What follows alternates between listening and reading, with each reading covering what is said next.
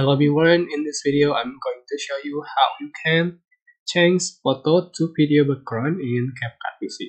So it's super simple. First, import photo you want to change to video background.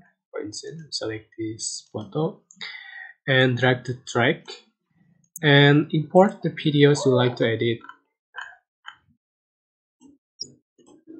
and make it as an overlay. Just put on top the photo and just for duration in the same length.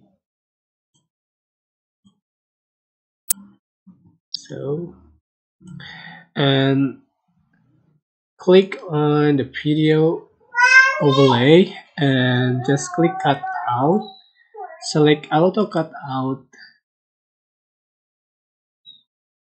So just wait for the remove the background, and you can just for the scale like so.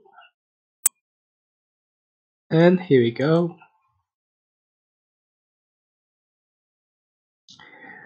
So that's how to change photo to video background in CapCut. I hope this tutorial was helpful for you.